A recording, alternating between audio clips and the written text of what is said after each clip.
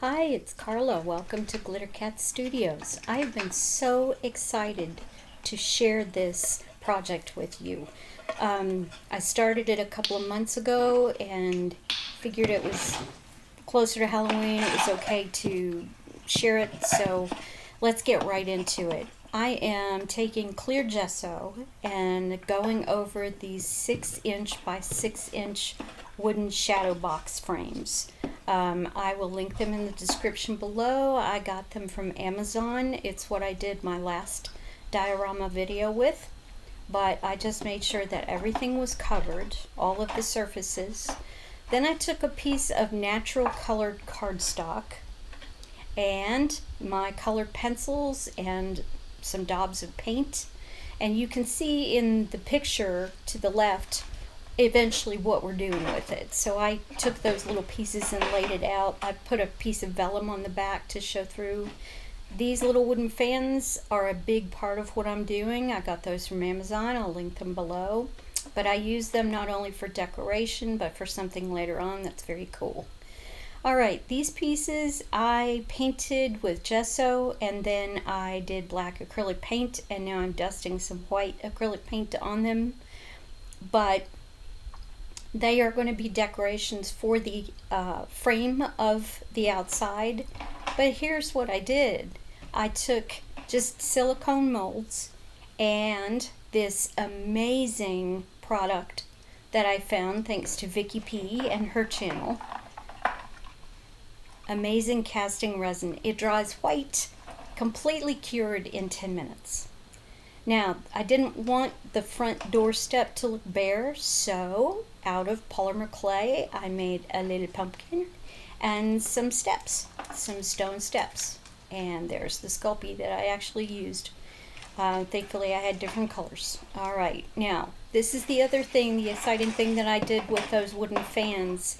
And I will link her tutorial. I got the tutorial for the lantern that you're seeing from Yelena Day. So I will link her channel and mention her to let her know I'm talking about her.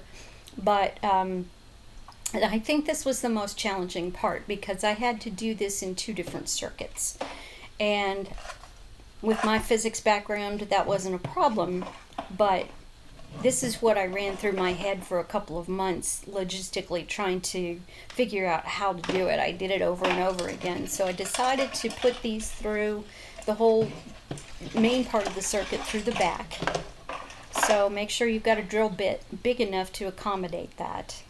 And I'm probably going to have to eventually use some hot glue in addition to this double-sided glue tape that I used, because I think when I was handling it a week later that came off. So I'll fix that, but just make sure that yours is on there for good. Okay, now the whole idea behind this is that those cutout windows have the orange glow, but you can't see the actual lights. So now I'm speeding up this part of the video to make sure that I have a good concentration of lights only behind the door and behind the upper window. Don't worry about putting scotch tape down on them. They're 3-volt batteries. It's not going to hurt anything. And they're LEDs. That stands for light emitting diode. There's a picture of the lantern when it's finished and hung. Light emitting diode, that means that the voltage only flows in one direction, which makes it completely safe. That's why everybody sells LEDs now instead of incandescents, which I prefer. But here we are with the window and the door and the lantern all in place. And I just love my brick wall. Loved doing that. So now what I'm going to do is take the B7000, you know it's my favorite, and I'm going to take these pieces and just glue them one by one onto the frame of the house. I just thought it needed something a little more gothic, because that was the whole theme behind this, was the gothic. So you're watching me glue them down one by one now. including the stone stove. I love the way that turned out. I was very shocked. I accidentally burned the clay when I was curing it in the oven, but that didn't matter since I knew I was going to paint it anyway. So we have a way of covering our mistakes. It's all good. But I enjoyed this project more than I can say. There was a lot of mental work to it. Like I said in another video, I do a lot of design in my head before I even start on the project. And so when I finally sat down to do it, I redid it in my head, and then I redid it in actuality. And now this little broom I loved because last summer I got a grab bag from Goodwill, and in it was an old Sizzix die cut, which has the foam on it.